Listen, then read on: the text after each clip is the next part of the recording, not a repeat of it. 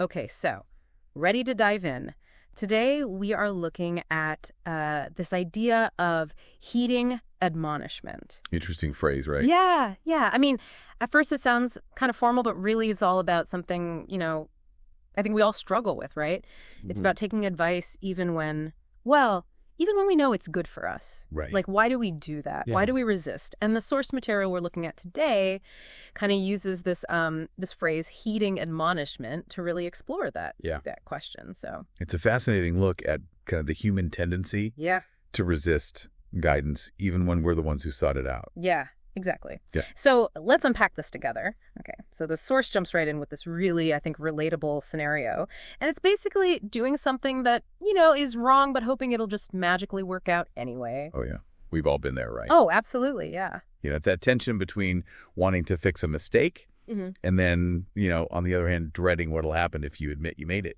Yeah, and it's funny, the source even includes this little cartoon, and it's someone getting a fortune cookie, and the fortune says, "Your mom was right." That's great. And the person looks so bummed out.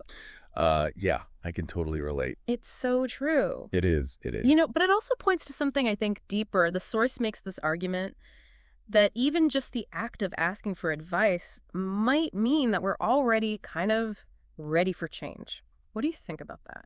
I think it's a good point, Seeking advice, even if you don't end up taking it or even if you initially resist it, it can still indicate a level of accountability, like internal accountability. Yeah. And suggest that at least the person is open to, the possibility of changing, of doing something differently. And that idea of change over time really ties into this quote that the source highlights. It's from Delmore Schwartz, and he says, "Time is the school in which we learn. Time is the fire in which we burn." Oh, wow. That's powerful. Yeah. Can you unpack that a bit? What do you think that means in the context of what we're talking about? Yeah, I mean, it's all about how experience shapes us, Time is like this teacher, but also this crucible. Yeah. It shapes us through good things, through challenges, through triumphs. Mm-hmm. And those fires, they represent those tough lessons, those admonishments, that advice that maybe we push back against at first, Yeah. but we end up learning from.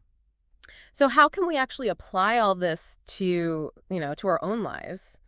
It seems like the source is saying that admonishment, like taking advice, it's not about being criticized. Right. It's more about getting guidance, right? Exactly. The source really encourages us to kind of reframe how we think about advice, to see it as something positive, as a gift, Yeah. as a way to help us, grow, and to not see it as an attack. And, maybe if we can embrace admonishments, even when they're hard to hear, Yeah. we can learn to grow more quickly. Yeah, I think that's a great takeaway for our listeners. It's not about being perfect. It's about being open to learning and growing and changing.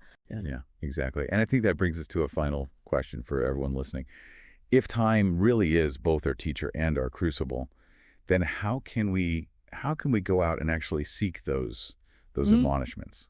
Yeah. How can we seek that advice that will help us learn and grow and evolve more quickly? Yeah. That's something to think about. Okay, well, that was our deep dive for today. Thanks for listening. Yeah, thanks. We'll see you next time. Bye.